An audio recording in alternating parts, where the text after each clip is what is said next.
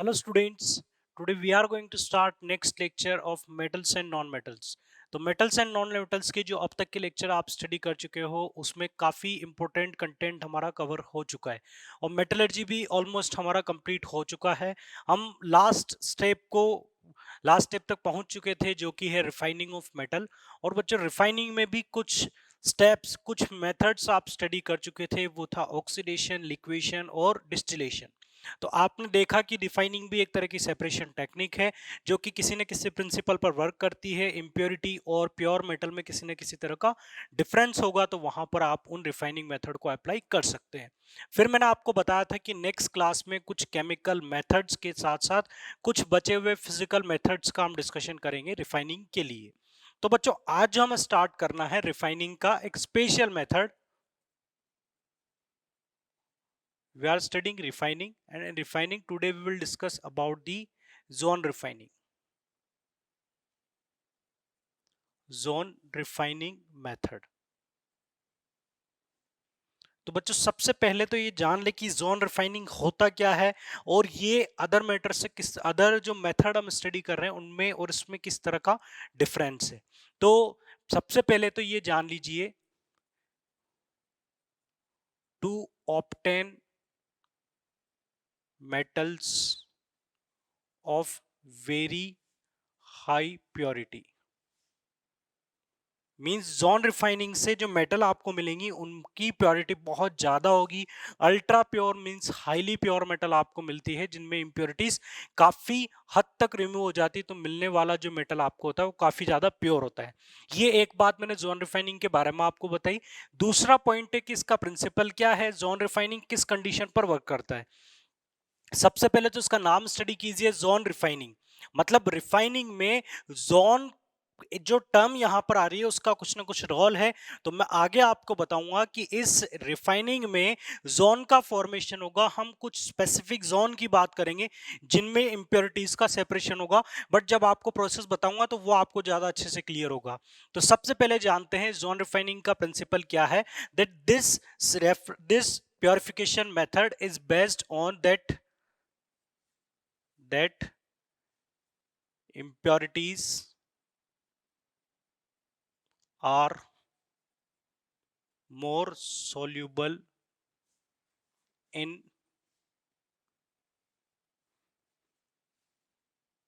molten metal than solid state of metal। Means इस refining का principal ये होगा कि इंप्योरिटीज की सॉल्युबिलिटी मोल्टन फॉर्म की मेटल्स में ज़्यादा होगी एज कंपेयर टू सॉलिड में। जैसे कि हम दो मेटल के सैंपल लें, एक सॉलिड स्टेट में हो और एक मोल्टन स्टेट में हो, तो इंप्योरिटीज ज़्यादा कहाँ पर अट्रैक्ट होंगी, ज़्यादा कहाँ पर डिसॉल्व होंगी, जो लिक्विड स्टेट के मेटल होंगी, और सॉलिड में इंप्योरिटीज इतनी ज़्यादा स्टेबल नहीं हो पाएंगी। तो इसी प्रिंसिपल पर जोन रिफाइनिंग मेथड वर्क करेगा। अब देखो बच्चों, इसको इस तरह से समझिएगा, इसका जो डायग्राम है वो इस तरह से बनाया जाएगा। ये हमने एक स्पेस मींस यहाँ पे जो स्पेस है इसको आपने इनर्ट कर दिया, नोबल गैस एटमॉस्फेयर आपने यहाँ पर क्रिएट कर दिया। इस पूरे रीजन में आपने नोबल गैस एटमॉस्फेयर क्रिएट कर दिया, और यहाँ पर वो मेटल पीस है जिसको आप प्योरीफाई करना चाहते हो।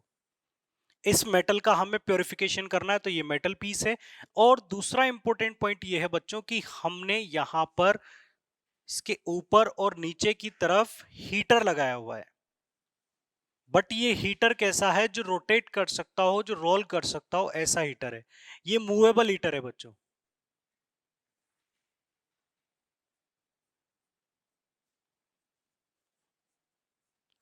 तो ये मूवेबल हीटर है और ये किसी स्पेसिफिक जोन को ही हीट करेगा। जैसे कि हम इसे यहां तक ना ड्रॉ करते हुए, जैसे कि आप केवल इतना समझिए, अब आप इसे इस तरह से समझिए कि यहाँ पर हम केवल इसी जोन की बात करें जहां पर ये हीटर लगा हुआ है, तो इस पर्टिकुलर जोन में ये हीट सप्लाई करेगा।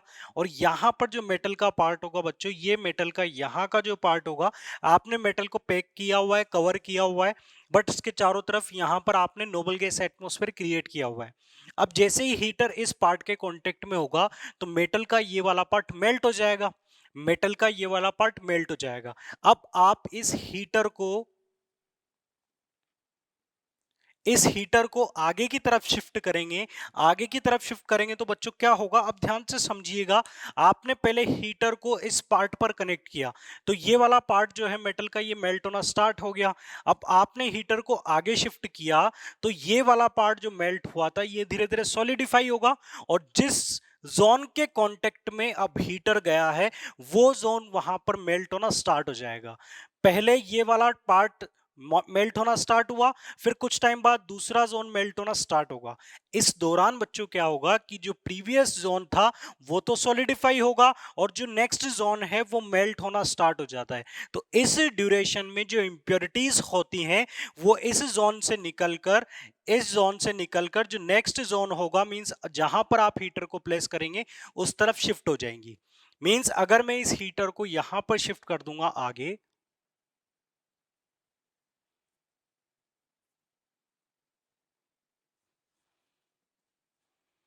अगर आप इस तरह से हीटर को आगे शिफ्ट कर देंगे, तो अब ये वाला पार्ट मेल्ट होना स्टार्ट हो जाएगा, और जो पुराना पार्ट था, मींस पहले वाला जोन था, वो सॉलिडिफाई होना स्टार्ट हो जाएगा। तो इंप्योरिटीज यहां से स्विच करके कहां पर चली जाएगी, अगले पार्ट में चली जाएगी, और ये प्योर फॉर्म में सॉलिडिफाई हो जाएगा।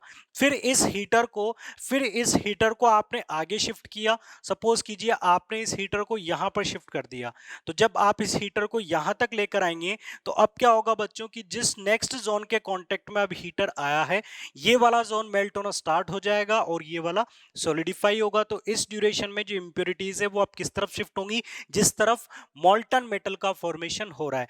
मींस सिंपल वे में आप ऐसे समझिए कि जहां जहां पर आप हीटर को शिफ्ट करोगे, इंप्योरिटीज उसके साथ वहीं पर मूव करना स्टार्ट करेगी। तो काफी स्लोली इस प्रोसेस को इस तरह से रन करवाया जाता है, और धीरे धीरे हीटर को जैसे जैसे आप आगे शिफ्ट करते हैं, तो इंप्योरिटीज भी आगे शिफ्ट होती जाती है, क्योंकि मोल्टन फॉर्म जो है मेटल की वो भी फर्दर शिफ्ट होती जाती है। तो पहले ये वाला पार्ट आपने मेल्ट किया, फिर इसके टच में नेक्स्ट जोन को आपने मेल्ट किया, फिर अगले जोन को आपने मेल्ट किया। तो जो प्रीवियस जोन्स थे वो सॉलिडिफाई हुए, और जो आपका जो लास्ट मींस जो रिसेंट जोन है वो मेल्ट स्टेट में आएगा, तो वहां पर इंप्योरिटीज शिफ्ट हो जाएंगी। अब बच्चों क्या होगा, जैसे जैसे आप हीटर को आगे शिफ्ट करेंगे, मतलब आप इंप्योरिटीज को साथ में लेकर जा रहे हैं, और फाइनली इंप्योरिटीज कहां पर आ जाएगी, इस वाले पार्ट में इंप्योरिटीज कलेक्ट हो जाएंगी। अब आप चाहें तो इस पार्ट को यहां से कट करके अलग कर दें, तो ये वाला जो पूरा पोर्शन होगा बच्चों, ये क्या बन जाएगा, अब प्योर मेटल बन जाएगी। अब ये पूरा जो पार्ट है ये क्या रहेगा बच्चों, प्योर मेटल। तो एक बार फिर से इसे इस तरह से समझिए कि ये एक इम्प्योर मेटल है जिसका प्योरिफिकेशन मुझे जोन रिफाइनिंग से करना है। मैंने यहां पर लगाया हीटर, मैंने इस पार्ट पर लगाया हीटर, तो ये वाला पार्ट मेल्ट होगा, ये मेल्ट होगा, फिर हमने हीटर को यहां पर शिफ्ट किया, तो ये वाला पार्ट मेल्ट होगा। अब जो पुराना पार्ट था, मींस जहां पर पहले हीटर रखा हुआ था, अब आपने यहां पर शिफ्ट कर दिया, तो इंप्योरिटीज भी अब इस तरफ शिफ्ट हो जाएंगी, क्योंकि अब ये वाला जो पार्ट है बच्चों ये मेल्ट होगा, और ये वाला जो पोर्शन है वो सॉलिडिफाई होना स्टार्ट हो जाएगा।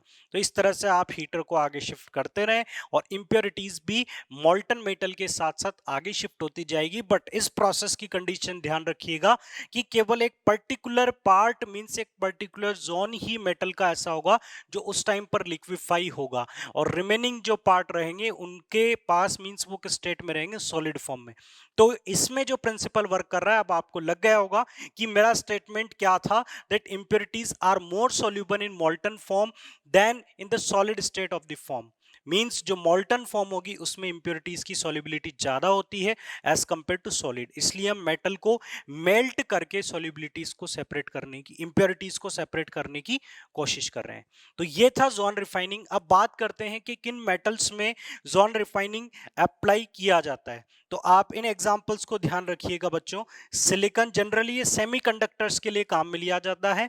सिलिकॉन की बात करें, जर्मेनियम है, या फिर हम बात करें गैलियम की, इन सब के लिए और भी ऐसे एग्जांपल्स हैं, बट मोस्ट कॉमन एग्जांपल्स जो आपको याद रखने वो है सिलिकॉन और जर्मेनियम। इनके लिए कौन सी रिफाइनिंग टेक्निक काम में ली जाती है, वो है जोन रिफाइनिंग मेथड।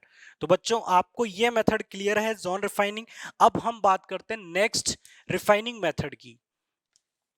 तो ये एक और फिजिकल मेथड हमने आज कंप्लीट किया। इसके बाद जो इंपॉर्टेंट रिफाइनिंग मेथड है वो है इलेक्ट्रोलाइटिक रिफाइनिंग। देखो, जोन रिफाइनिंग के बारे में मैं आपको क्लियर कर दूं कि जोन रिफाइनिंग एनसीईआरटी में गिवन नहीं है, तो आपके एग्जाम पॉइंट ऑफ व्यू से जो अभी एग्जाम आप दोगे उनमें इतने ज्यादा इंपॉर्टेंट नहीं रहेगा। बट फर्दर आगे स्टडी करने के लिए आप 12th का मेटलर्जी देखेंगे तो उसमें आपको जोन रिफाइनिंग एक कॉमन रिफाइनिंग टेक्निक में आपको मिलेगा। अब हम बात करते हैं नेक्स्ट इलेक्ट्रोलाइटिक रिफाइनिंग।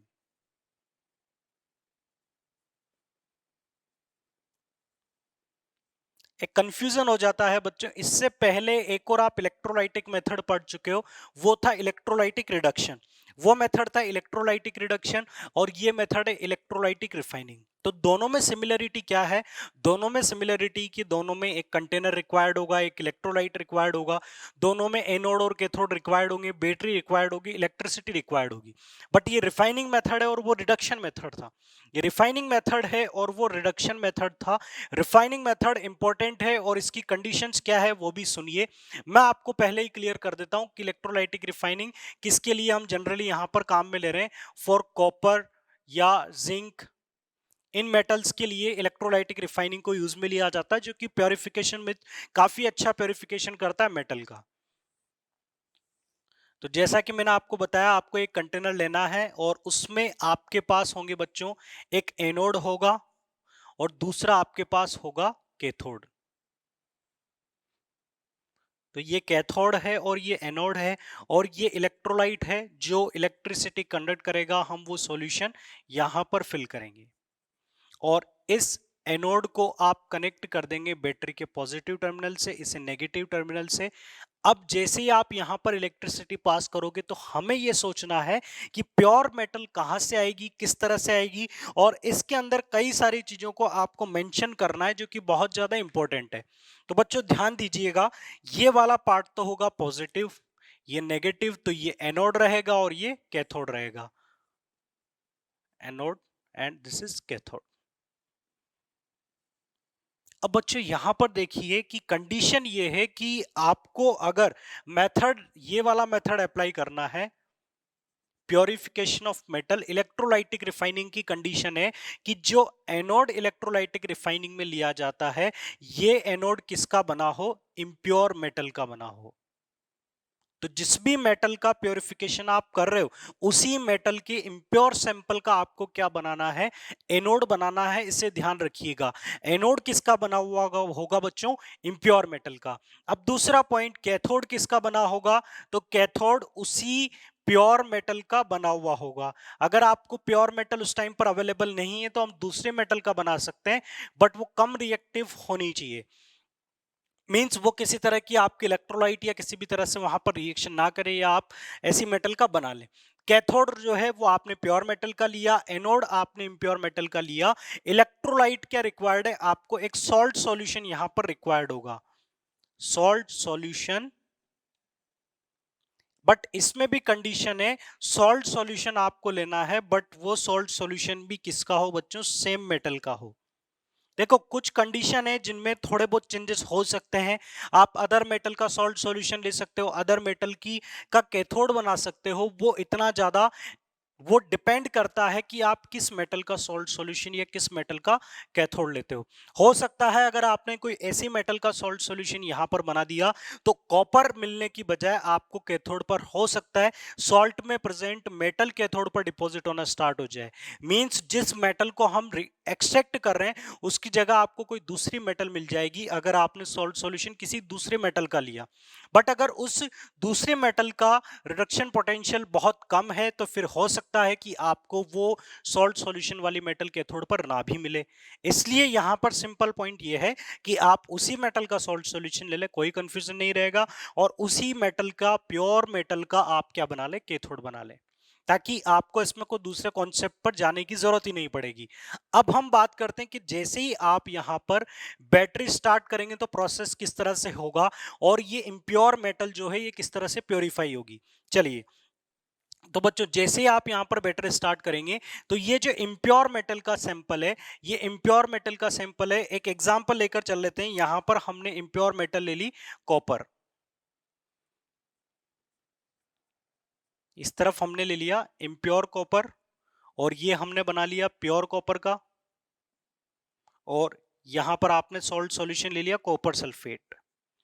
अब बच्चों कॉपर सल्फेट में मींस यहां पर सॉल्यूशन में दो तरह के आयन होंगे, एक तो कॉपर आयन होगा और एक सल्फेट आयन होगा। अब जैसे ही आप यहां पर पोटेंशियल डिफरेंस जनरेट करोगे तो एनोड पर जितनी भी मेटल होगी बच्चों, एनोड पर जितना भी कॉपर होगा ये सॉल्यूशन में चला जाएगा Cu2+ की फॉर्म में। एनोड पर जितना भी कॉपर होगा ये अपने इलेक्ट्रॉन यहां पर डोनेट करेगा और इलेक्ट्रॉन देकर ये किस फॉर्म में चला जाएगा, Cu2+ की फॉर्म में सॉल्यूशन में चला जाएगा। और धीरे धीरे आप देखोगे कि यहां पर जो रखा हुआ एनोड था ये धीरे धीरे ब्रेक होने लग जाता है। एनोड यहां पर धीरे धीरे डिग्रेड हो जाता है, इस तरह से टूटने लग जाता है, और एनोड धीरे धीरे टूटकर कुछ एनोड से जो कॉपर है वो तो चला जाएगा सॉल्यूशन में, और यहां से कुछ इंप्योरिटीज इस तरह से नीचे गिरकर यहां पर कलेक्ट हो जाएंगी। मींस एनोड की कुछ इंप्योरिटीज यहां कलेक्ट हो जाती है, और जो एनोड के अंदर कॉपर था, जो मेटल थी, जो प्योर मेटल थी, वो यहां से सॉल्यूशन में Cu2+ में चली जाती है। अब सॉल्यूशन में जो Cu2+ आते हैं बच्चों, ये Cu2+ कहां पर डिपॉजिट हो जाते हैं, कैथोड पर। जो भी एक्स्ट्रा कॉपर आयन सॉल्यूशन में है वो कहां पर डिपॉजिट होना स्टार्ट हो जाएगा, कैथोड पर। क्योंकि कैथोड पर देखो दोनों जगह क्या रिएक्शन होगी, वो रिएक्शन भी मैं लिख देता हूं। एनोड पर कौन सी रिएक्शन होगी, जो कॉपर होगा ये Cu2+ प्लस 2 इलेक्ट्रॉन यहां पर डोनेट करेगा, और कैथोड पर कौन सी रिएक्शन होगी, कैथोड पर कॉपर आयन जाएंगे और यहां पर 2 इलेक्ट्रॉन लेकर ये कॉपर मेटल में रिड्यूस हो जाएंगे। तो आप कुछ टाइम बाद देखेंगे कि मैंने स्टार्टिंग में जो कैथोड बनाया था वो कैसा था, प्योर मेटल का था। अब देखो प्योर मेटल लेने का क्या फायदा हुआ कि ऑलरेडी कॉपर था और इस पर जो डिपॉजिट हुआ वो भी कौन है, कॉपर है। अगर आप कोई दूसरी मेटल लेंगे तो उस पर डिपॉजिट होने वाली मेटल दूसरी होगी, आपको उनका सेपरेशन करना पड़ेगा। तो यहां पर हमने जैसे Cu2+ है तो डिपॉजिट होगा, तो आप कुछ टाइम बाद देखोगे कि जो थिन कैथोड था उसकी थिकनेस बढ़ जाएगी। जो कैथोड आपने लिया था वो काफी थिन था, बट आप कुछ टाइम बाद देखेंगे तो इसकी थिकनेस बढ़ जाएगी और आपको पता चलेगा कि इस पर और कॉपर डिपॉजिट हो चुका है, एक्स्ट्रा कॉपर डिपॉजिट हो चुका है, और ये कॉपर आपको कहां से मिला, सॉल्यूशन से मिला। तो ये Cu2+ आयन मींस कॉपर कहां से निकला, इंप्योर मेटल से, और इंप्योर मेटल से ये कॉपर निकलकर कहां पर डिपॉजिट हो गया, कैथोड पर डिपॉजिट हो गया। तो अब आपको ये सारा प्रोसेस क्लियर हो गया होगा, आपको समझ में आया होगा कि क्यों मैंने इंप्योर मेटल का एनोड लिया और क्यों मैंने प्योर मेटल का कैथोड लिया। तो रिडक्शन और रिफाइनिंग में डिफरेंस याद रखिएगा। रिडक्शन में दोनों इलेक्ट्रोड हम प्लेटिनम के ले सकते हैं, बट यहां पर दोनों इलेक्ट्रोड में एक इंप्योर मेटल का होगा और एक प्योर मेटल का होगा, और उसी मेटल का यहां पर सॉल्ट सॉल्यूशन होगा जो इलेक्ट्रिसिटी कंडक्ट करता हो। तो आपने यहां से कॉपर आयन डाला, सॉल्यूशन में भी कॉपर आयन था, और ये कॉपर आयन जो एक्सेस में होगा ये यहां पर डिपॉजिट होना स्टार्ट हो जाएंगे। तो जैसे ही आप यहां पर स्विच ऑन करेंगे कॉपर आयन का डिपोजिशन होगा कैथोड पर, कैथोड पर आपको क्या मिलेगी, कॉपर मेटल मिलना स्टार्ट हो जाएंगी।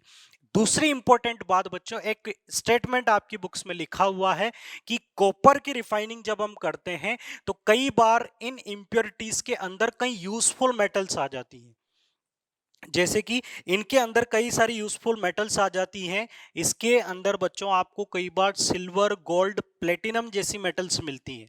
सिल्वर, गोल्ड, प्लेटिनम, टिन, इस तरह की मेटल्स मिलती है।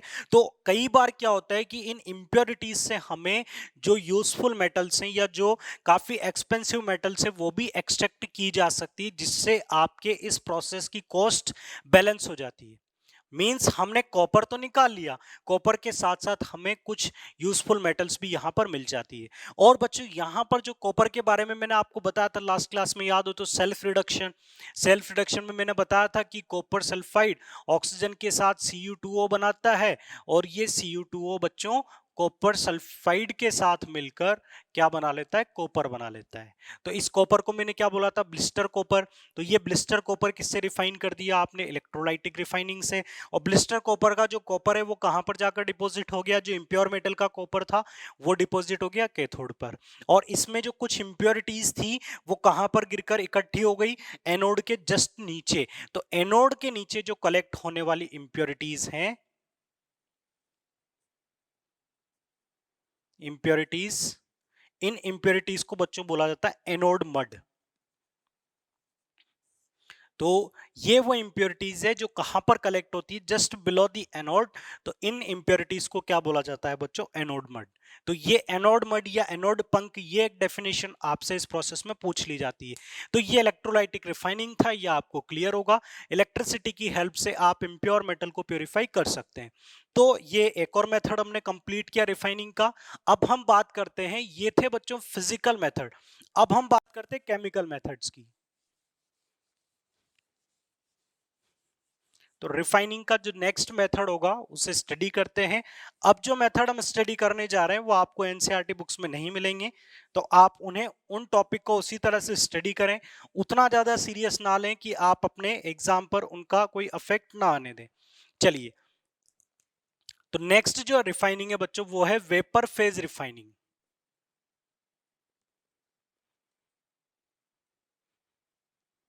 वेपर फेज रिफाइनिंग, इसके नाम से ही क्लियर है कि आप इंप्योर मेटल में से, इंप्योर मेटल में से मेटल वाले पार्ट को, इंप्योरिटी को छोड़कर मेटल को आप वेपराइज करेंगे और वेपराइज करके आप उसे सेपरेट कर सकते हैं। ठीक है, तो यहां पर आपको मैं एक प्रोसेस याद दिलाता हूं, आपने पढ़ा होगा लीचिंग। कॉन्सेंट्रेशन ऑफ ओर में हमने एक मेथड पढ़ा था लीचिंग।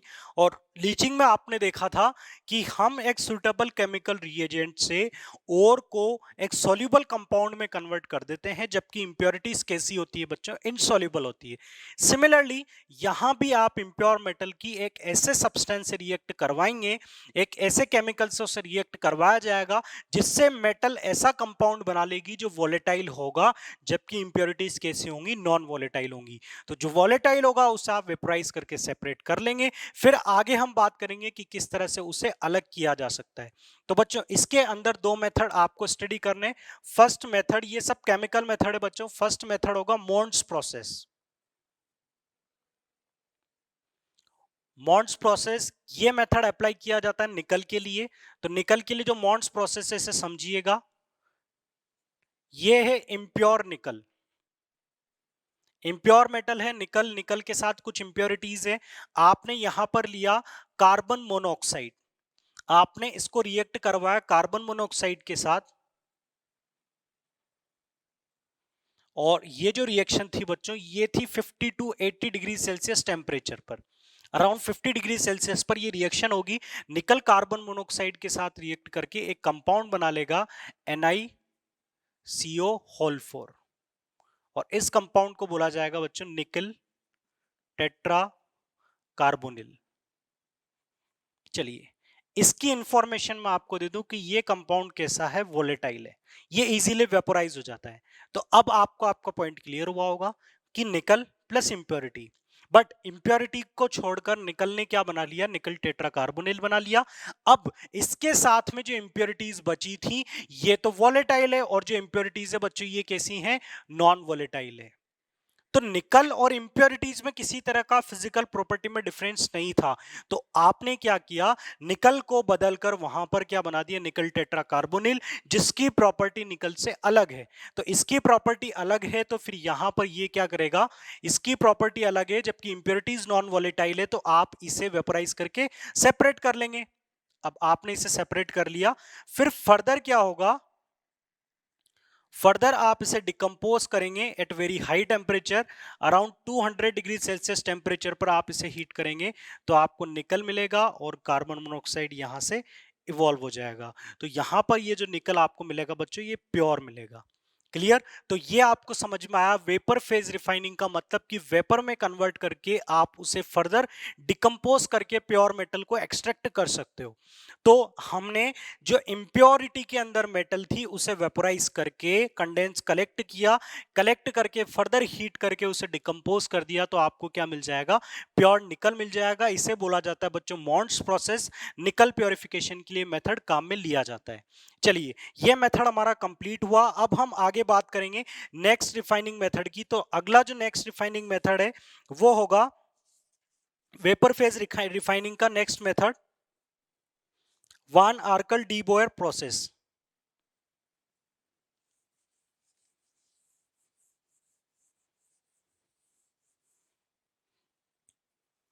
सेकंड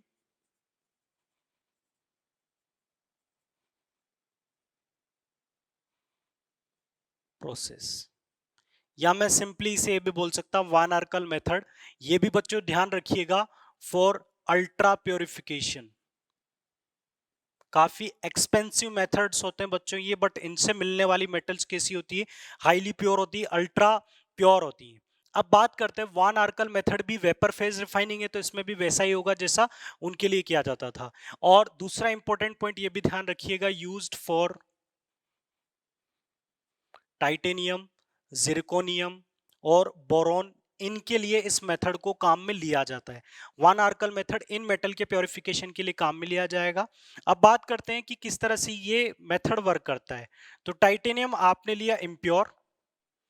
अब यहां पर इसकी इम्प्योरिटी और इसके अंदर किसी तरह का फिजिकल प्रॉपर्टी में डिफरेंस नहीं था, ना डेंसिटी में ना इनकी वॉलेटिलिटी में, तो आप इन्हें सेपरेट नहीं कर पा रहे थे। तो आपने मदद ली आयोडीन की। तो ये 2I2 के साथ रिएक्ट करके टाइटेनियम अपना हैलाइड बनाएगा, अपने आयोडाइड बनाएगा। तो यहां पर ये अपना आयोडाइड बना लेता है। ये भी अराउंड 50 डिग्री सेल्सियस टेम्परेचर होता है और इसका जो कंपाउंड बनता है ये होता है बच्चों TiI4 टाइटेनियम आयोडाइड। अब ये कंपाउंड कैसा है बच्चों? वोलेटाइल है। ये वोलेटाइल है तो आप इसे वेपोराइज करके सेपरेट कर सकते हैं। तो आप इसके साथ प्रीवियस मेथड को भी देखते जाइए। प्रीवियस मेथड में आपने ऐसा ही किया था, आपने कार्बन मोनोऑक्साइड के साथ उसे गैसियस कंपाउंड में कन्वर्ट किया। तो यहां पर ये जो होगा TiI4 ये वोलेटाइल है तो आप इसे गैसियस फेज में कन्वर्ट करके सेपरेट कर लेंगे। अब फर्दर क्या होगा कि आप TiI4 को फर्दर हाई टेम्परेचर पर हीट करेंगे। ये 50 टू 200 डिग्री सेल्सियस की रेंज होती है। यहाँ पर मैं मेंशन कर देता हूँ 50 टू 200 डिग्री सेल्सियस। बाकी टेम्परेचर इतना इंपॉर्टेंट नहीं है, आपको प्रोसेस पता होना चाहिए कि यहाँ पर एक्चुअल में क्या किया जा रहा है। 1400 डिग्री सेल्सियस के अराउंड टेम्परेचर होता है और इस टेम्परेचर पर ये डिकम्पोज हो जाता है टाइटेनियम प्लस 2I2 में। और यहां पर जो टाइटेनियम आपको मिलता है बच्चों ये कैसा होगा? प्योर होगा। क्लियर? तो वन आर्कल मेथड टाइटेनियम के लिए इस तरह से वर्क करेगा।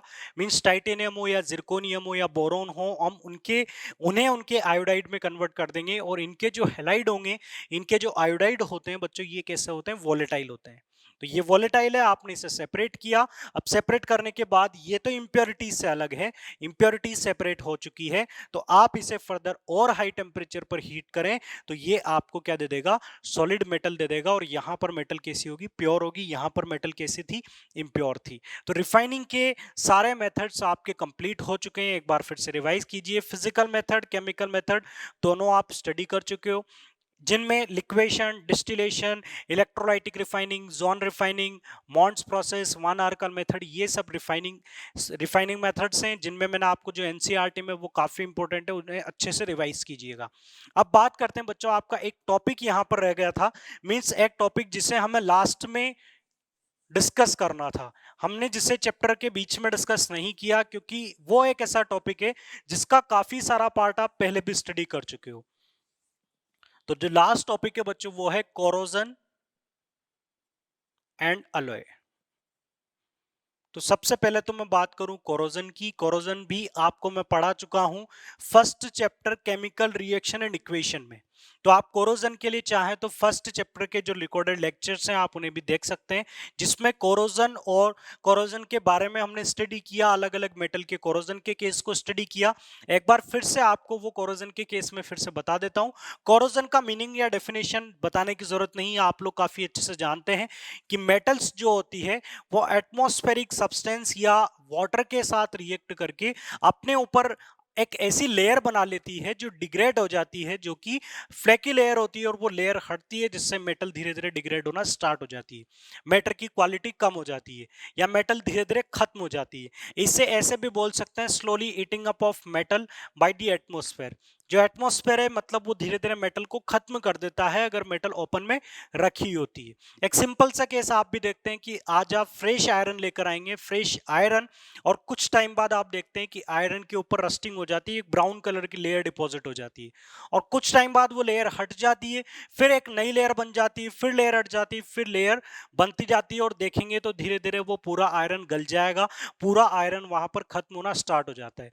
इस डिग्रेडेशन को ही बच्चों कोरोजन बोला जाता है। कोरोजन बहुत बड़ा मतलब एक बहुत हार्मफुल इफेक्ट है ऑक्सीडेशन का, जिसकी वजह से बहुत सारा मेटल्स का यूज आपकी डेली लाइफ में बहुत सारी जगह पर होता है, और इन सभी जगह पर कोरोजन की वजह से काफी जो एक्सपेंसेस होते हैं, खर्चे जो होते हैं, वो और भी ज्यादा बढ़ जाते हैं इन्हें मेंटेन करने के लिए।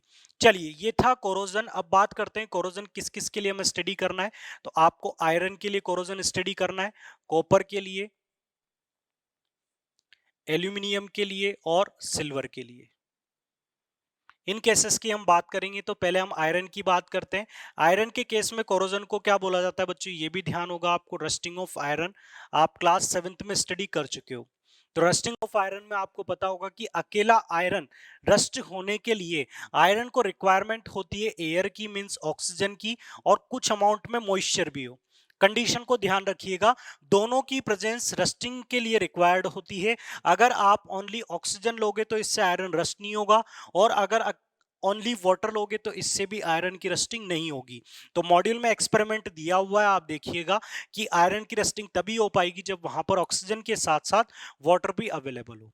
तो आपने सारी चीजें प्रोवाइड की, तो इसके बाद आप देखेंगे कि आयरन की जो लेयर होगी, सपोज कीजिए आयरन मेटल है, और ऊपर वाली जो लेयर होगी रिएक्ट करके यहां पर क्या बना लेगी, Fe2O3.XH2O, जिसका नाम होता है हाइड्रेटेड फेरिक ऑक्साइड, और इसे बोला जाता है बच्चों रस्ट। ये एक ब्राउन फ्लैकी लेयर होती है। फ्लैकी लेयर का मतलब बच्चों कि आप थोड़ा बहुत इसे टच करेंगे तो टूटकर बिखर जाएगी, वहां से हट जाएगी। तो यहां पर रस्ट की एक लेयर डिपॉजिट हो जाती है, रस्ट की एक लेयर ऊपर की तरफ डिपॉजिट हो जाती है, जिसे आप थोड़ा बहुत टच करेंगे या एयर की वजह से ये लेयर यहां से हट जाएगी, और ये लेयर हट जाएगी तो इस तरह से आपकी ये जो मेटल थी, ये मेटल यहां से खत्म हो चुकी है रस्ट की फॉर्म में। अब जो नेक्स्ट लेयर होगी ये भी इसी तरह से ओपन रहेगी, तो यहां पर भी ऑक्सीजन और वाटर के अटैक से ये भी फर्दर क्या होगा, ये वाली लेयर भी यहां से रस्ट हो जाएगी। आप इस लेयर को भी रिमूव कर देंगे, तो धीरे धीरे इस तरह से पूरी मेटल जो है वो डिग्रेड होना स्टार्ट हो जाती है। इसी को कोरोजन बोला जाता है, और यही रस्टिंग ऑफ आयरन है।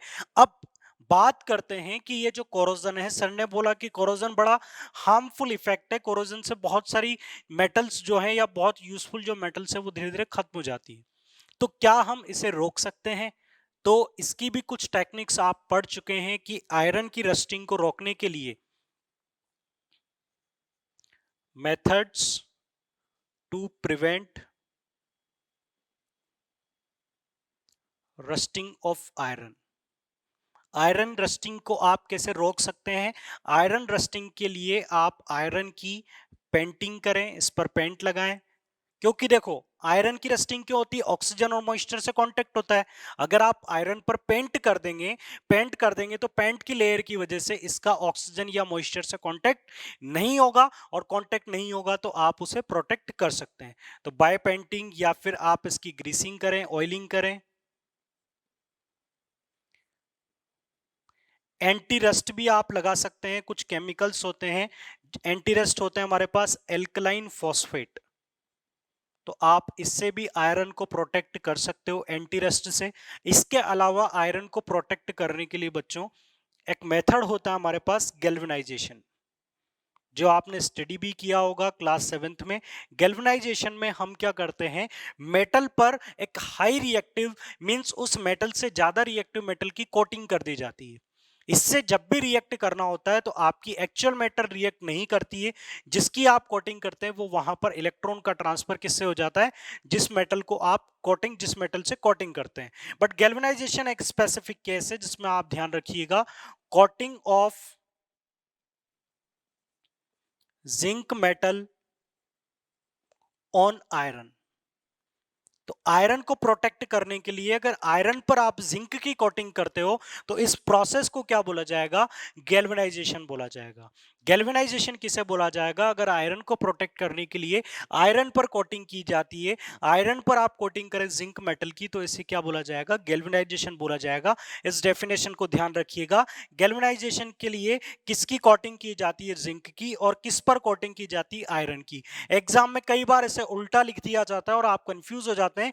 एग्जाम में लिख दिया जाता है coating of iron on zinc, तो आप स्टेटमेंट को ध्यान से स्टडी करें। कोटिंग जिंक की होगी और किस पर होगी? आयरन पर होगी। इसके अलावा एक मेथड और है जो आप बाद में समझेंगे, बाय अलोइंग। देखो अकेला आयरन जो है, एक एग्जांपल मैं आपके साथ डिस्कस करता हूं। आप जानते हैं कि आयरन की रस्टिंग होती है, बट आपके किचन में जो कंटेनर्स होते हैं, जो वेसल्स होते हैं, वो किसके होते हैं? स्टील के होते हैं। तो स्टील और आयरन, आयरन में अगर कार्बन मिला दिया जाए, आयरन और कार्बन से बनने वाली जो अलॉय होती है उसे क्या बोला जाता है? स्टील बोला जाता है। अलॉय के बारे में आप स्टडी करेंगे। अलॉय का मतलब आप क्लास 9th में भी जान चुके हैं कि ये मेटल्स का या मेटल नॉन मेटल का मिक्सचर होता है। तो अलॉय तो हमें क्लियर है। बस हमें जानना है कि आयरन के केस में अगर आप आयरन कार्बन से स्टील बनाते हो तो वो रस्ट नहीं होता है, जबकि अगर अकेला आयरन कैसी टेंडेंसी रखता है? रस्टिंग की टेंडेंसी रखता है। तो मेटल्स को कई बार प्योर फॉर्म में काम में ना लेकर उन्हें दूसरी मेटल या नॉन मेटल के साथ मिक्स करके काम में लिया जाता है, जिससे उनका कोरोजन नहीं होता है। तो ये था रस्टिंग, और रस्टिंग को रोकने के जो सारे मेथड्स है वो मैंने आपके साथ डिस्कस किए। अब हम बात करते हैं नेक्स्ट मेटल की, कॉपर की। तो कॉपर का कोरोजन किस तरह से होता है ये आप समझिएगा। कॉपर को अफेक्ट करने वाली एटमॉस्फेरिक गैस है कार्बन डाइऑक्साइड और साथ में मॉइस्चर। तो ध्यान रखिएगा, यहां पर ऑक्सीजन का रोल था, यहां पर रोल होगा कार्बन डाइऑक्साइड का, और इनके साथ मिलकर ये बना लेता है copper carbonate dot copper hydroxide, और इसे बोला जाता है बच्चों बेसिक कॉपर कार्बोनेट। तो बेसिक कॉपर कार्बोनेट का कलर यहां पर कैसा होता है? ग्रीन होता है। इसलिए आप देखते हैं कि कॉपर पर जब कोरोजन हो जाता है तो एक ग्रीन कलर की कोटिंग या ग्रीन कलर की लेयर वहां पर बन जाती है। तो वो ग्रीन लेयर किसकी बनती है? कॉपर जो है वो इसमें कन्वर्ट हो जाता है, ऑक्सीडाइज हो जाता है, तो वो जो कोटिंग बनती है, वो जो लेयर बनती है, वो कोरोडेड लेयर किसकी बनती है? बेसिक कॉपर कार्बोनेट की, ग्रीन। अब बात करते हैं एल्यूमिनियम और सिल्वर की। एल्यूमिनियम से पहले मैं आपको सिल्वर बता देता हूं, फिर एल्यूमिनियम का डिस्कशन हम डिटेल में करेंगे। तो सिल्वर के केस में क्या होता है बच्चों? सिल्वर जो है, इसे अफेक्ट करने वाली गैस है हाइड्रोजन सल्फाइड, जिससे रोटन एक जैसी स्मेल आती है। तो हाइड्रोजन सल्फाइड के साथ सिल्वर रिएक्ट करके बनाता है Ag2S प्लस H2 गैस। तो यहां पर ये जो सिल्वर सल्फाइड होता है, सिल्वर सल्फाइड, और इसका कलर कैसा होता है बच्चों? ब्लैक। और इस मेथड को बोला जाता है ब्लैकनिंग ऑफ सिल्वर। इसलिए आप देखते हैं कि मार्केट से जब फ्रेश सिल्वर परचेज की जाती है तो कुछ टाइम बाद उस पर वो डल अपीयर होती है, एक ब्लैकनिंग सी उस पर आपको नजर आती है। तो वो ब्लैक लेयर जो बनती है वो किसकी बनती है बच्चों? सिल्वर सल्फाइड की बनती है। तो सिल्वर को अफेक्ट करने वाली गैस हाइड्रोजन सल्फाइड, और सिल्वर पर जो लेयर बनती है वो सिल्वर सल्फाइड की। आयरन पर लेयर बनती है हाइड्रेटेड फेरिक ऑक्साइड की, और कॉपर पर लेयर बनती है बेसिक कॉपर कार्बोनेट की। इन तीनों के केसेस में क्या होगा? जो बनने वाली लेयर है वो हटती है, उसे हम रिमूव करते हैं, मेटल को वॉश करते हैं या क्लीनिंग करते हैं, तो उससे वो लेयर हट जाती है। फिर दोबारा से जो नेक्स्ट लेयर है वो कोरोड होती है, फिर एक और लेयर बनती है, फिर उससे आप रिमूव करते हो, तो इससे धीरे धीरे मेटल खत्म होती है। अब हम बात करते हैं एल्यूमिनियम की। देखो एल्यूमिनियम का कोरोजन अदर मेटल्स के कोरोजन में थोड़ा डिफरेंट है। आपको प्रीवियस लेक्चर में भी, मींस आपको मैंने केमिकल रिएक्शन इक्वेशन में भी ये पार्ट बताया था, एक बार फिर से आप इसे अच्छे से समझिएगा कि एल्यूमिनियम के केस में एल्यूमिनियम को अफेक्ट करता है ऑक्सीजन। एल्यूमिनियम को अफेक्ट करता है ऑक्सीजन, और इस पर जो लेयर बनती है वो बनती है Al2O3 की। बट यहां पर ये ध्यान रखिएगा कि Al2O3 की जो लेयर है, इसे हम बोल सकते हैं protective layer of aluminium oxide which prevents it from further corrosion। तो बच्चों एल्यूमिनियम जो होता है, सपोज कीजिए एल्यूमिनियम मेटल है और इस पर एल्यूमिनियम ऑक्साइड की एक लेयर बन चुकी है। इसका फर्स्ट जो लेयर थी, मींस एल्यूमिनियम जो था ये ऑक्सीजन से रिएक्ट करके सपोज कीजिए कि यहाँ पर ये एल्यूमिनियम ऑक्साइड की लेयर बना चुका है। तो एल्यूमिनियम ऑक्साइड बनने से पहले जब ये एल्यूमिनियम था तो काफी शाइनी मेटल थी, लस्ट्रस था, बट एल्यूमिनियम पर जैसे एल्यूमिनियम ऑक्साइड की लेयर बनेगी तो ये थोड़ा डल होगा। इसका अपीयरेंस कैसा होगा बच्चों? इसका अपीयरेंस होगा, ये डल अपीयर होगा, बट काम की बात यह है कि एल्यूमिनियम पर जो लेयर बनती है Al2O3 की जो लेयर यहां पर डिपॉजिट होती है, ये स्ट्रॉन्ग लेयर होती है, इतनी स्ट्रांग होती है कि ये आसानी से अफेक्ट नहीं होती है, यहां से रिमूव नहीं होती है। तो ये क्या करता है कि मान लीजिए आपकी ऊपर की एक लेयर तो एल्यूमिनियम ऑक्साइड बन गई, लेकिन अब ये लेयर यहां से नहीं हटेगी, ये नहीं हटेगी तो मींस अंदर रखा हुआ जो पूरा एल्यूमिनियम है ये बिल्कुल सेफ है। मींस एल्यूमिनियम का कोरोजन ही एल्यूमिनियम के लिए प्रोटेक्टिव बन जाता है। तो इसके कोरोजन से जो लेयर बनती है वो स्ट्रॉन्ग ऑक्साइड की लेयर बनती है, जो कि आसानी से केमिकली या फिजिकली आप उसे रिमूव नहीं कर पाते हैं। तो वो लेयर जो है वो एल्यूमिनियम के लिए प्रोटेक्शन का काम करती है। इसीलिए आपने देखा होगा कि एल्यूमिनियम के वेसल या एल्यूमिनियम के कंटेनर, उनकी ड्यूरेबिलिटी बहुत ज्यादा होती है, वो बहुत ज्यादा टाइम तक चलते हैं क्योंकि उनका खराब होने के चांसेस बहुत कम होते हैं, क्योंकि उन पर एक लेयर बनी होती है और वो लेयर होती है एल्यूमिनियम ऑक्साइड की, एक स्ट्रॉन्ग लेयर बनी होती है। अब एल्यूमिनियम का ऑक्साइड बनना मतलब ये तो एल्यूमिनियम के लिए काफी फायदेमंद है। अब हम चाहते हैं कि हमने एल्यूमिनियम लिया, अब एल्यूमिनियम पर ऑक्साइड बनना तो एक नेचुरल प्रोसेस है जो हमने देखा, तो ये तो काफी टाइम में होगा, हो सकता है इसकी स्पीड क्या हो, कम हो।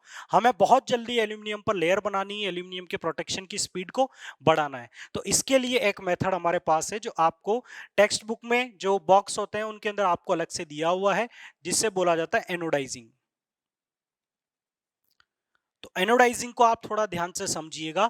एनोडाइजिंग किस तरह से वर्क करता है कि इसमें हम, ये आपने कंटेनर लिया और सिमिलरली जैसा कि आप पढ़ते हुए आ रहे हैं कि इलेक्ट्रोलाइसिस प्रोसेस के अंदर इस तरह से आप एनोड और कैथोड को कनेक्ट कर देंगे। ये आपने बना दिया प्लेटिनम का, और ये आप उस मेटल का बना लो जिस पर आपको एल्यूमिनियम ऑक्साइड की लेयर बनानी है। तो ये मैंने एल्यूमिनियम का ले लिया, मतलब एल्यूमिनियम पर ही हमें Al2O3 की लेयर बनानी है, प्रोसेस को हमें फास्ट करना है। हम चाहते हैं कि जल्दी से जल्दी एल्यूमिनियम पर Al2O3 की कोटिंग बने और अपनी जितनी आपकी डिजायर्ड थिकनेस है, जितनी थिकनेस की आप Al2O3 की लेयर बनाना चाहें उतनी थिकनेस की आप यहां पर बना सकते हैं। तो इसके लिए आपने यहां पर जो सॉल्यूशन लिया है, इसके अंदर आपने फिल किया है वाटर H2O। बट ये ध्यान रखिएगा कि यहां पर इसमें आपने स्मॉल अमाउंट में क्या ऐड कर दिया, सल्फ्यूरिक एसिड ऐड किया हुआ है। तो वाटर में हमने स्मॉल अमाउंट में सल्फ्यूरिक एसिड ऐड किया, मींस यहां पर जो मेजर रोल है वो किसका है, वाटर का है। और आपने दो इलेक्ट्रोड लगा दिए, एनोड और कैथोड। एनोड को कनेक्ट कर दिया एल्यूमिनियम से और कैथोड को आपने कनेक्ट कर दिया एक प्लेटिनम का, मतलब नेगेटिव टर्मिनल का आपने कैथोड मींस प्लेटिनम बना दिया। और यहां पर जो एनोड है वो किसका बनाया आपने, एल्यूमिनियम मेटल का। अब बच्चों देखिए क्या होगा कि जैसे ही आप बैटरी कनेक्ट करेंगे, सर्किट मतलब कंप्लीट होने के बाद जैसे ही करंट फ्लो होगा, तो यहां पर जो H2O है, ये H2O एनोड पर H2O एनोड पर ऑक्सीडाइज होगा और वाटर जाकर एनोड पर क्या रिलीज करेगा, O2 गैस। तो एट एनोड, एनोड पर किसका फॉर्मेशन होगा, वाटर से O2 गैस का। तो एनोड पर कौन सी गैस लिबरेट होगी, यहां पर O2। आप H2O का इलेक्ट्रोलिसिस पढ़ेंगे तो आपको पता चलेगा कि H2O का इलेक्ट्रोलिसिस होता है तो एनोड पर हमें कौन सी गैस रिलीज होती है, एनोड पर कौन सी गैस मिलती है, हमें O2 गैस मिलती है। तो ये क्लियर है आपको, ये आप भी जानते हैं। तो एनोड पर बच्चों कौन सी गैस बनी, ऑक्सीजन गैस। और एनोड किसका बना हुआ था, एल्यूमिनियम का। तो ये ऑक्सीजन एल्यूमिनियम के साथ रिएक्ट करके जो यहाँ का एल्यूमिनियम होगा वो किस में कन्वर्ट होना स्टार्ट हो जाएगा, एल्यूमिनियम ऑक्साइड में। तो क्या होगा एट एनोड, एनोड पर दो तरह की रिएक्शन होगी। एनोड पर जो वाटर है ये क्या होगा, O2 में ऑक्सीडाइज होगा। और ये O2 जो है, आपने एल्यूमिनियम का एनोड बनाया हुआ है, ये O2 के साथ रिएक्ट करके यहां पर किसकी लेयर बनाएगा, Al2O3 की। इसी मेथड को बच्चों बोला जाता है एनोडाइजिंग। तो एनोडाइजिंग में हम क्या करते हैं, एल्यूमिनियम को Al2O3 बनाने की कोशिश करते हैं। तो इससे आप अपनी डिजायर्ड थिकनेस की Al2O3 की लेयर बनाकर रख सकते हैं। तो एल्यूमिनियम के प्रोटेक्शन के लिए एनोडाइजिंग मेथड यूज में लिया जाता है, इसे आप स्टडी करें। इसके बाद हम अगले टॉपिक की बात करते हैं, वो है अलॉय। तो अलॉय क्या होती है और अलॉय फॉर्मेशन क्यों किया जाता है, ये इंपॉर्टेंट होगा।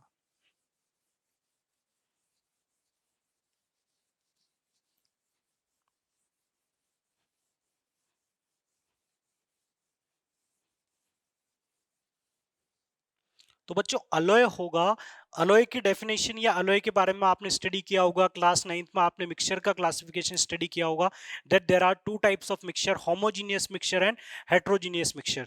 तो सिमिलरली अलॉय जो है वो मिक्सचर में कौन सी कैटेगरी में जाती है, होमोजीनियस मिक्सचर की कैटेगरी में। Homogeneous mixture, homogeneous mixture of two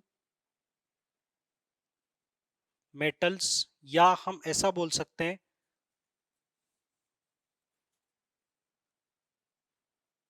metals और metals and non metals. Means ये मेटल मेटल का मिक्सचर भी हो सकता है, या मेटल के अंदर आप नॉन मेटल मिलाकर भी क्या बना सकते हैं, अलॉय बना सकते हैं। तो अलॉय जो है वो मेटल मेटल मिक्सचर भी हो सकता है और मेटल नॉन मेटल मिक्सचर भी हो सकता है। अब हम बात करते हैं कि अलॉय के कौन कौन से एग्जांपल्स जो आपने डेली लाइफ में देखे हैं, वो कौन कौन से केसेस पॉसिबल हैं। तो कुछ कॉमन एग्जांपल्स है बच्चों जो मैं आपको बता देता हूं। वो कॉमन एग्जांपल्स होंगे अलॉय के, जैसे कि ब्रास होता है, ब्रॉन्ज होता है, जर्मन सिल्वर होता है, ये सब अलॉय के एग्जाम्पल हैं। बट इन एग्जाम्पल से पहले हम देख लें कि अलॉय बनाने की इंपॉर्टेंस क्या है, अलॉय फॉर्मेशन क्यों किया जाता है। तो इसे मैं ऑरली डिस्कस कर लेता हूं, आप मॉड्यूल कंटेंट से भी इस थ्योरी को देख लीजिएगा। अलॉय बनाने का जो मेन मोटिव होता है वो इसलिए होता है कि मेटल को कोरोड होने से बचाया जा सकता है। तो अलॉय फॉर्मेशन के ऑब्जेक्टिव बड़े इंपॉर्टेंट है बच्चों, इन्हें ध्यान रखिएगा कि अलॉय बनाने की नीड क्या है। तो फर्स्ट ऑब्जेक्टिव आप बोल सकते हैं to prevent metals from corrosion. तो आपने देखा होगा, अभी मैंने एग्जांपल भी आपके साथ डिस्कस किया था कि आयरन प्योर फॉर्म में जब होता है तो आयरन की रस्टिंग बड़ी आसानी से हो जाती है।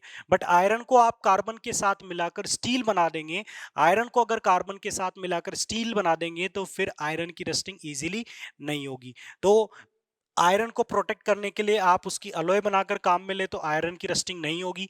दूसरा केस हो सकता है कि हम ऐसा इसलिए करते हैं ताकि मेल्टिंग पॉइंट कम हो जाए, क्योंकि मेटल्स के मेल्टिंग पॉइंट काफी ज्यादा होते हैं, हम स्टार्टिंग में देख चुके थे। अब कुछ मेटल्स हैं जिनके मेल्टिंग पॉइंट ज्यादा है, बट जिन उनकी जो एप्लीकेशन है वहां पर अगर उसका मेल्टिंग पॉइंट कम हो जाए तो आप उसे बहुत अच्छे से काम में ले सकते हैं। तो इसका एक एग्जांपल आप देखेंगे सोल्डर। सोल्डर को बनाने के लिए जैसे टिन और लेड को मिक्स किया जाता है, जिसका जो बनने वाला अलॉय होता है, जो होमोजीनियस मिक्सचर बनता है, उसका मेल्टिंग पॉइंट उसकी कंस्टिट्यूएंट मेटल्स के मेल्टिंग पॉइंट से भी कम होता है। इसलिए हम अलॉय बनाते हैं ताकि सोल्डर जो होगा, जो होमोजीनियस मिक्सचर आपको मिलेगा, जो अलॉय आपको मिलेगी जिसे आप सोल्डर बोल रहे हैं, इसका मेल्टिंग पॉइंट इसे बनाने वाली जो कंस्टिट्यूएंट मेटल है उनके मेल्टिंग पॉइंट से भी कम होता है। तो कई बार अलॉय बनाने पर उन का जो मिक्सचर बनता है उसका मेल्टिंग पॉइंट डिक्रीज हो जाता है। थर्ड पॉइंट है टू इंक्रीज कास्टिंग। आप किसी मेटल को अच्छे से कास्ट नहीं कर पा रहे हैं तो आप उससे दूसरी मेटल के साथ मिला दे तो बनने वाला जो अलॉय होगा उसकी कास्टिंग उनसे बेटर हो सकती है, उसका जो कास्ट होगा वो पहले उनसे ज्यादा अच्छे से होगा, अच्छी शेप अच्छी तरह से आप उसे मोल्ड कर सकते हैं। इसके अलावा कुछ कॉमन पॉइंट जो मैं वैसे ही डिस्कस कर देता हूं, जैसे कि मेटल्स की मेलिएबिलिटी को इंक्रीज किया जा सकता है। जैसे कि मैग्नीशियम होता है जिसमें मैग्नीशियम और एल्यूमिनियम को मिक्स किया जाता है, तो इसकी मेलिएबिलिटी जो मैग्नीशियम है और एल्यूमिनियम है इन दोनों के कंपैरिजन में भी ज्यादा होती है।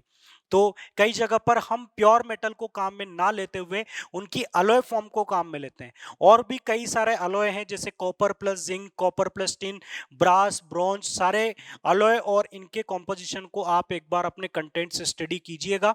फिर से मैं क्लियर कर देता हूं कि इनमें जो कंपोजिशन में परसेंटेज है वो आपसे नहीं पूछा जाएगा, बस कौन सी दो मेटल्स हैं उन्हें मिक्स कर रहे हैं वो हम याद रखें, कौन सी दो या तीन मेटल हैं। नाइक्रोम है तो नाइक्रोम के लिए हम किस किस को मिक्स करेंगे, आयरन, निकल, क्रोमियम। इन्हीं सारे केसेस को आप अच्छे से रिवाइज कीजिएगा।